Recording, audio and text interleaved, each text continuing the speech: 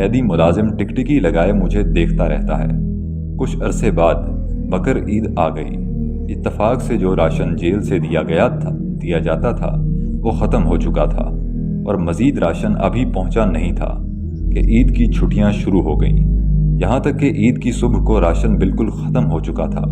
وہ سخت پریشان تھا کہ راشن پہنچا نہیں، اب آپ کو ناشتہ کیسے دوں؟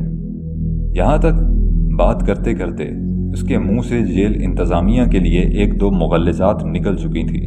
میں نے اس سے کہا رات کو جو چنے کی دال اور روٹی بچی تھی وہی گرم کر کے لے آؤ۔ وہ کہنے لگا وہ تو میں آپ کو کبھی نہیں دوں گا، بھلا عید کے دن بھی کوئی رات کی باسی دال روٹی کھاتا ہے؟ میں نے اسے سمجھایا، بھائی میری فکر نہ کرو، میں بڑی خوشی سے دال روٹی کھا لوں گا۔ چونکہ ابا جان صبح 8 بجے ناشتہ کرنے کے عادی تھے اور اپنے معمولات میں وقت کے ساتھ سخت پابند تھے، اس لیے انہوں نے آرام سے دال روٹی کا ناشتہ کر لیا۔ یہاں پر دادی اماں کی تربیت رنگ لا رہی تھی، جو انہیں کبھی سونے کا نوالا کھلاتی تھیں اور کبھی چٹنی روٹی۔ جس وقت میں ناشتہ کر رہا تھا تو کسی کے سسکیاں بھر کر رونے کی آواز آئی۔ پیچھے مڑ کر دیکھا تو وہی مشقتی بیٹھا رو رہا تھا۔ پوچھا، کیا بال بچے یاد آ رہے ہیں؟ کہنے لگا میں تو آپ کو دال روٹی کھاتے دیکھ کر رو رہا ہوں۔ میں سوچ رہا ہوں کہ عید کے دن رات کی باسی دال روٹی تو ہم غریبوں نے بھی کبھی نہیں کھائی۔ آپ تو بڑے آدمی ہیں، آپ نے کہاں کھائی ہوگی؟ میں نے اسے شفقت سے سمجھایا، دیکھو بھائی میں نے یہ راستہ سوچ سمجھ کر اختیار کیا ہے اور میں بڑی خوشی سے اس راہ پر چل رہا ہوں۔ اگر کبھی بالکل بھوکا بھی رہنا پڑا تو انشاءاللہ آرام سے رہ لوں گا، میری وجہ سے رنجیدہ نہ ہوا کرو۔ ابا جان نے مزید بتایا، میں تو ناشتہ کر کے تفہیم القرآن لکھنے بیٹھ گیا، لیکن اس بیچارے مشقتی نے احتجاجاً ناشتہ نہ کیا، اگرچہ اس کے لیے دال روٹی بچی ہوئی رکھی تھی۔ اتنے میں کوارٹر کا دروازہ زور زور سے کھٹکھٹایا گیا۔ مشقتی نے دروازہ کھولا تو ایک سنتری کئی ناشتے دان، بڑے بڑے پیکٹ اور گٹھریاں اٹھائے کھڑا کہہ رہا تھا، مولانا صاحب آپ کے چاہنے والے تو فجر کے وقت ہی یہ چیزیں لے آئے تھے اور جیل کے دروازے پر کھڑے تھے، لیکن سپرنٹینڈنٹ صاحب کا دفتر عید کے بعد کھلا۔ اس کے بعد ان چیزوں کی تلاشی اور جانچ پڑتال ہوئی، اس لیے دیر لگ گئی۔ اب قیدی ملازم نے وہ پیکٹ، ناشتے دان اور گٹھریاں کھولی تو ان میں انواع و اقسام کی نعمتیں تھیں۔ میں نے اپنے جیل کے مشقتی ساتھی سے کہا، دیکھو یہ سب تمہارے لیے آیا ہے، کیونکہ تم ہی اداسی میں بھوکے بیٹھے رو رہے تھے۔ اب خوب جی بھر کر کھاؤ اور باقی چیزیں دوسرے قیدیوں میں بانٹ آؤ۔ آخر یہ پراٹھے، شامی کباب، حلوہ پوری، شیر خورما اور مٹھائیاں ان کو بھی تو اچھی لگے گی۔ میں یہ کہہ رہا تھا مگر میرا مشقتی ساتھی کفے افسوس مل رہا تھا، کاش وہ دال روٹی میں نے آپ کو دینے کی بجائے کووں کو کھلا دی ہوتی۔ میرے بہت کہنے پر اس نے ناشتہ کیا اور باقی ساری چیزیں دوسرے قیدیوں میں بانٹ آیا، اور ساتھ ہی ساتھ ان سے کہتا، میرے میاں جی کے لیے یہ سب چیزیں آئی تھیں، انہوں نے تمہیں بھجوائی ہیں۔ پھر ابا جان نے کہا، عید کے روز دوپہر ہوئی تو اسی طرح دروازہ کھٹکھٹایا گیا، اور پھر اسی طرح ناشتے دان اور ہانڈیاں کپڑے میں بندھی ہوئی آ گئیں۔ ایسے ایسے کھانے آئے کہ مشقتی ساتھی تو حیران رہ گیا۔ اس نے مجھے کھانا کھلایا اور باقی قیدیوں میں بانٹ آیا۔ رات کو پھر اتنا ہی کھانا آ گیا۔ غرض یہ کہ عید کے 3 دن ہمارے رفقا نے ملتان جیل میں اتنا زیادہ اور ایسی ایسی انواع و اقسام کا کھانا پہنچایا کہ سارے جیل والے اش اش کر اٹھے۔ ادھر ابا جان ہمیں یہ تفسیرات بتا رہے تھے، ادھر اماں جان ہمیں متوجہ کرتے ہوئے کہہ رہی تھیں، دیکھو سورہ مریم میں یہی بات کہی گئی ہے، یعنی جو اہل ایمان نیک اعمال کرتے ہیں رحمان ان کے لیے لوگوں کے دلوں میں محبت ڈال دیتا ہے۔ وہ اسی طرح زندگی کے واقعات کو آیات اور احادیث کے ساتھ منطبق کر کے ہمیں ان کا مطلب سمجھایا کرتی تھی۔ آج بھی اماں جان کے الفاظ کانوں میں گونجتے ہیں، تم عمل تو کر کے دیکھو، پھر آیتیں اور حدیثیں خود اٹھ کر تم کو اپنا مطلب سمجھائیں گی۔ ابا جان نے سورہ یوسف کی جو تفسیر کی ہے اسے پڑھتے ہوئے ایسا محسوس ہوتا ہے کہ وہ اس وقت وہیں کہیں موجود تھے اور آنکھوں دیکھا حال بیان کر رہے ہیں۔ سورۃ الکہف یا سورۃ الفیل کی تفسیر پڑھتے ہوئے بھی ایسا ہی محسوس ہوتا ہے کہ گویا وہ ذہنی طور پر اسی زمان و مکان میں منتقل ہو گئے تھے۔ برسوں بعد طالبات کے کالج جدہ میں شعبہ عربی کی شامی النسل سربراہ مجھ سے کہنے لگی کہ ایک فقرے میں اپنے والد کی صفت بیان کرو، تو میرے منہ سے بے ساختہ یہ جملہ نکلا کہ وہ ایک اور ہی دنیا میں رہتے تھے۔ اس جواب سے وہ بہت خوش ہوئیں اور کہنے لگیں امام ابن تیمیہ کی بھی یہی صفت تھی۔ ابا جان کی خواہش ہوا کرتی تھی کہ جب وہ کھانے کی میز پر آئیں تو ہم کبھی وہاں موجود ہوں۔ بچوں سے ملنے کا یہ واحد وقت تھا، اس لیے وہ چاہتے تھے کہ سب بچے ان کے ساتھ کھانا کھائیں۔ اپنے معمولات میں وہ اس قدر پابندی وقت کا اہتمام کرتے تھے کہ چاہے تو آپ گھڑی ملا لیں، اسی لیے ہم ان کے آنے سے پہلے کھانے کی میز پر آ جاتے تھے۔ لیکن اکثر ایسا محسوس ہوتا تھا کہ اگرچہ وہ کھانا کھا رہے ہیں لیکن ضمناً کھانے کے دوران میں بھی کچھ سوچ بچار میں مصروف ہیں۔ ابا جان ہمیں اکثر کہا کرتے تھے انسان خیر اور شر کا مرکب ہوتا ہے۔ آدمی کا کمال یہ ہونا چاہیے کہ وہ دوسرے کی خیر سے فائدہ اٹھائے اور اس کے شر سے اپنے آپ کو محفوظ رکھے۔ سخت نادان ہوتا ہے وہ شخص جو دوسرے کے شر سے تو نقصان اٹھائے اور ان کی خیر سے محروم رہ جائے۔ سخت کلامی یا طعنہ زنی تو ان کی سرشست میں تھی ہی نہیں۔ اگر کبھی کسی کو سخت جملہ کہتے بھی تھے تو اسی وقت جب انہیں بہت زیادہ کوفت پہنچی ہو، اور وہ جملہ بھی یہ ہوتا ان لوگوں کے نزدیک میری شرافت میرا سب سے بڑا جرم ہے۔ پھر بھی حد الامکان ان کی کوشش یہی ہوتی تھی کہ دوسروں کی خیر کو اپیل کریں اور اسے ابھار کر بروئے کار لائیں اور ان کے شر کو دفع کریں۔ یہ پون صدی کی جاں گسل کشمکش ہے جس میں وہ بڑی حکمت اور تدبر سے ملت اسلامیہ کی اصلاح کے کام میں لگے رہے۔ کبھی کبھی میں سوچتی ہوں کہ ابا جان کی شادی اگر خواہ مطالبے کرنے والی جھگڑالو قسم کی عورت سے ہوئی ہوتی تو کیا بنتا؟ اماں جان کو تو شاید اللہ تعالیٰ نے بنایا ہی ابا جان کے لیے تھا۔ ان کا اعلیٰ ادبی ذوق، بلند پایا علمی رجحان، اپنی ذات کی نفی، خودداری اور ابا جان کی دلداری کی تو کوئی حد ہی نہیں تھی۔ عربی زبان کا ایک محاورہ ہے البنات عود کہ خواتین خوشبو ہوتی ہیں جو خود تو پردے میں رہتی ہیں، اگر ان کا سلیقہ اور تھوڑے سے پیسوں میں بنائی ہوئی بہت ساری عزت اور بچوں کی تعلیم و تربیت سب کو نظر آتی ہے۔ ابا جان ہمیں کہا کرتے تھے اگر مجھے تمہاری تربیت کی پوری طرح مہلت ملتی تو تمہیں مثالی اولاد بناتا، کیونکہ میں تم پر بھرپور توجہ نہیں دے سکا اس لیے تم سے باز پرس کا حق بھی نہیں رکھتا۔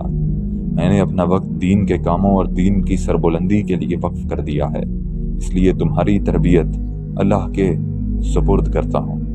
ہم گواہی دیتے ہیں کہ وہ اپنی زندگی کا ہر لمحہ اللہ کے دین کے لیے جدوجہد کرتے رہے۔ انتقال سے چند ماہ پیشتر ایک صاحب نے دوران ملاقات بے رحمانہ تنقید کرتے ہوئے ابا جان سے کہا ایران میں آیت اللہ خمینی صاحب تو انقلاب برپا کرنے میں کامیاب ہو گئے، مگر آپ اتنے برس کی جدوجہد کے باوجود پاکستان میں کیوں انقلاب نہیں لا سکے؟ ابا جان نے جواب دیا میں تو اللہ تعالیٰ کے کام کے لیے دہاڑی کا مزدور ہوں، مجھے اپنے حصے کی دہاڑی کرنی ہے اور اپنے مالک سے اجرت لینی ہے۔ اب یہ کہ عمارت کب مکمل ہوگی، کیسی ہوگی، مکمل ہو بھی سکے گی یا نہیں، اس سے مزدور کو کیا غرض؟ اسے تو ایمانداری سے اپنی دہاڑی سے غرض ہے۔ مراد یہ کہ اپنی زندگی کا ایک ایک لمحہ ابا جان نے اللہ کی راہ میں اپنے حصے کی دہاڑی کرنے میں گزارا، زبان اور قلم سے، فکر اور عمل سے، غرض ہر طرح سے اپنا فرض انجام دیا۔ وہ نہ زندہ آباد کے تمنائی تھے اور نہ مردہ آباد کے نعروں سے کبھی خائف ہوئے۔ عام انسانوں سے موازنہ کر کے دیکھیں تو یوں لگتا ہے کہ ان کی ذات، ان کا جسم، ان کی ضروریات، ان کی اولاد اور ان کا مستقبل ان کے نزدیک شاید کوئی وجود ہی نہیں رکھتا تھا۔ ہم نے ابا جان کو ان کی پوری زندگی میں جتنا بے نیاز دیکھا ہے، ایسی بے نیازی کسی اور فرد میں نہیں دیکھی۔ دادی اماں ہم بچوں سے کہا کرتی تھیں، اصل نسل سید میں کچھ بنیادی صفات ہوتی ہیں۔ جب کوئی تم سے کہے کہ میں سید ہوں تو اسے 7 چیزوں میں پرکھو۔ سید کو طیش نہیں آتا، اور آتا ہے تو صرف دین کے معاملے میں آتا ہے۔ سید کبھی ذاتی انتقام نہیں لیتا۔ سید کبھی گالی کے جواب میں گالی نہیں دیتا۔ سید کسی کے لیے دل میں کینہ نہیں رکھتا اور کسی کی غیبت نہیں کرتا۔ سید کبھی جھوٹ نہیں بولتا۔ سید کھانے میں عیب نہیں نکالتا۔ بھوک اور پیاس سے کبھی بے حال نہیں ہوتا۔ جو سامنے آئے صبر سے کھا کر اللہ تعالیٰ کا شکر ادا کرتا ہے۔ سید پر زندگی میں کبھی نہ کبھی سخت وقت آتا ہے اور اس کی جان تک خطرے میں ہوتی ہے، لیکن وہ ہمت نہیں ہارتا۔ اللہ کے بھروسے پر ہر خطرے سے لڑ جاتا ہے اور بدترین حالات سے ٹکر لے لیتا ہے۔ دادی اماں کی یہ بیان کردہ خصوصیات در حقیقت بچوں کی تربیت اور ذہنی تشکیل کے اصول تھے، تاکہ وہ اپنی نسبت کے حوالے سے ان امور کا خیال رکھیں۔ ہمارا مشاہدہ ہے کہ ابا جان میں یہ 7 خصوصیات بھرپور انداز میں موجود تھیں، جن حالات میں عام آدمی غصے میں آپے سے باہر ہو جاتا ہے، ان حالات میں بھی وہ تحمل اور کمال بردباری کا مظاہرہ کرتے تھے، کسی کے خلاف دل میں کینہ نہیں رکھتے تھے۔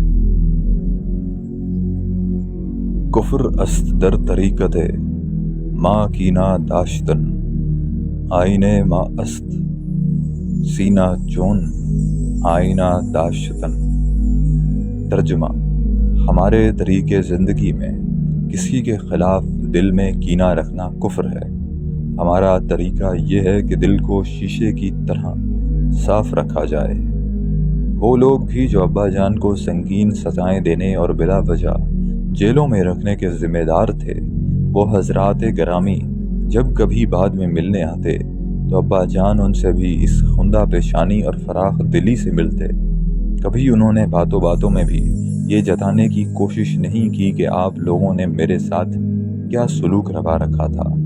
ایک روز ایک صاحب ابا جان سے سفارشی خط لینے آئے۔ وہ اب ریٹائر ہو چکے تھے اور ہاتھ تنگ تھا۔ مالی دشواریوں کی وجہ سے دبئی یا ابو ظبی جانا چاہتے تھے۔ حسب معمول ابا جان نے سفارشی خط دے دیا جو ان کے کام آیا اور اچھی ملازمت بھی مل گئی۔ یہ صاحب کون تھے؟ یہ وہی صاحب تھے جنہوں نے فوجی ملازمت کے دوران میں مارشل لاء عدالت کی جج کی حیثیت سے ابا جان کو پھانسی کی سزا سنائی تھی، اور ان کے دستخط آج تک فیصلے پر ثبت ہیں۔ پھانسی کی سزا سنانے والے کے لیے سفارشی خط اور یہ اعلیٰ ظرفی ابا جان کا خاصہ تھی۔ جنرل محمد اعظم خان، جن کے زمانے میں ابا جان کا کورٹ مارشل ہوا تھا، بعد میں اکثر ملنے آیا کرتے تھے۔ ابا جان تو حضرت مسیح علیہ السلام کے اس قول پر عمل کرتے تھے، اے مچھلیوں کو پکڑنے والوں، آؤ میں تمہیں انسانوں کا شکار کرنا سکھا دوں۔ مراد یہ ہے کہ اپنے قول سے، اپنے عمل سے اور اپنے فعل سے انسانوں کو شکار کرو اور انہیں اللہ کی بندگی کے جال میں لا ڈالو، اپنے جال میں نہیں۔ اپنے حسن اخلاق سے انہوں نے اپنے دشمنوں کے دلوں میں بھی گھر کر لیا۔ ہم گواہ ہیں کہ ابا جان نے اپنی ذات پر پھپتیاں کسنے والے جناب ذوالفقار علی بھٹو کے لیے بھی ہمیشہ کلمہ خیر ہی کہا۔ ان کا نام بھی انہوں نے ہمیشہ احترام کے ساتھ لیا اور ہمیشہ یہی کہا کہ اللہ تعالیٰ انہیں راہ راست پر لائے اور حالات کو بہتر بنائے تاکہ اس ملک کا اور اس قوم کا مزید نقصان نہ ہو۔ ابا جان نے گالی کے جواب میں گالی تو دور کی بات ہے، پلٹ کر کبھی کوئی سخت لفظ بھی نہیں کہا۔ مجھے یہ واقعہ اچھی طرح یاد ہے کہ ایک مرتبہ ہمارے بچپن میں ابا جان اچھرا کی ایک مسجد میں نماز جمعہ ادا کرنے کے بعد گھر واپس آئے۔ امام مسجد ابا جان کے سخت مخالف تھے۔ انہوں نے اپنے سامنے بیٹھے ہمارے ابا جان کے خلاف سارا خطبہ جمعہ دے ڈالا اور آخر میں تان اس انوکھی منطق پر توڑی کہ اگر کوئی مودودی مر جائے اور اس کی قبر پر بیری کا درخت اگ آئے تو اس بیری کے پتے کھا کر اگر کوئی بکری دودھ دے تو سنو وہ دودھ پینا بھی حرام ہے۔ ابا جان کے ساتھ جو بھائی نماز جمعہ پڑھنے گئے تھے واپس آ کر ہنسی کے مارے لوٹ پوٹ ہو رہے تھے اور ہمیں خطبے کا یہ حصہ سنا رہے تھے، لیکن ابا جان انتہائی سنجیدگی اور متانت سے بیٹھے تھے، بلکہ حیران ہو کر ہم ہنسنے والوں کو صرف کی طرف دیکھ رہے تھے کہ بھلا یہ بھی کوئی ہنسنے والی بات ہے۔ اسی طرح ایک روز جامعہ اشرفیہ لاہور کے ایک بہت بڑے عالم دین نے ابا جان سے کہا، مولانا احمد علی لاہوری صاحب نے آپ پر تنقید کی ہے، مگر آپ کی طرف سے کوئی جواب نہیں آیا۔ اس خاموشی سے شکوک و شبہات پیدا ہو رہے ہیں۔ ابا جان نے جواب میں کہا، مجھ پر جو آدمی بھی بلا وجہ تنقید کرتا ہے، بلا شبہ اس سے مجھے دکھ ہوتا ہے، لیکن اس حوالے سے مولانا احمد علی صاحب کا معاملہ بالکل جدا ہے۔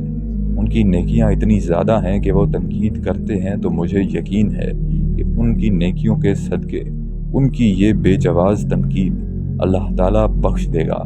میری کوتاہیاں اتنی ہیں کہ جواب میں میری خاموشی کی وجہ سے ان میں انشاءاللہ کچھ کمی واقع ہو جائے گی۔ یہاں پر میں ابا جان کا یہ فرمان پیش کرنا ضروری سمجھتی ہوں کہ یہ کام اگر ہم دکانداری کے طور پر کر رہے ہیں تو ہم پر اور ہمارے کاروبار پر ہزار لعنت، اور اگر یہ اخلاص کی بنا پر خدا کے دین کی خدمت ہے تو ہم میں سے ہر ایک کو خوش ہونا چاہیے کہ یہ کام تنہا وہی نہیں کر رہا ہے، دوسرے بھی اس میں سرگرم کار ہیں۔ اس کے لیے خواہ کوئی ہمیں رقیب سمجھ کر دور پھینکنے کی کوشش کرے، ہمارا کام یہ ہے کہ ہم اسے رقیب نہ سمجھیں اور بار بار اس کے قریب جائیں، یہاں تک کہ اللہ اس کا دل بھی بدل دے۔ ابا جان کو بھوک پیاس اور نیند پر بہت زیادہ کنٹرول تھا۔ وہ کھانے میں کبھی کوئی عیب نہیں نکالتے تھے۔ اگر پکانے والی خاتون کبھی غلطی سے نمک زیادہ ڈال دیتی یا بالکل ہی ڈالنا بھول جاتی تو وہ عیب نکالے بغیر صبر شکر سے کھا لیتے تھے، اور اگر کسی بچے کے منہ سے حرف شکایت نکلتا تو وہ کہتے تھے، روزانہ تو ٹھیک پکتا ہے، اگر کسی ایک دن کوئی کمی رہ بھی گئی ہے تو بھلا اس میں الجھنے اور ناراض ہونے کی کیا ضرورت ہے۔ اس لیے ہم سب بہن بھائی بھی کھانے میں اکثر عیب نہیں نکالتے تھے۔ اگر کسی کے منہ سے بے دھیانی میں ایسی ویسی بات بھی نکل جاتی تو فوراً دادی اماں کہتی تھی، یہ نقلی سید ہے، بلکہ نو مسلم ہے، بیچارہ کیا کرے، اپنی عادت سے مجبور ہے۔ اسی لیے خفت کے مارے کوئی کچھ نہیں کہتا تھا۔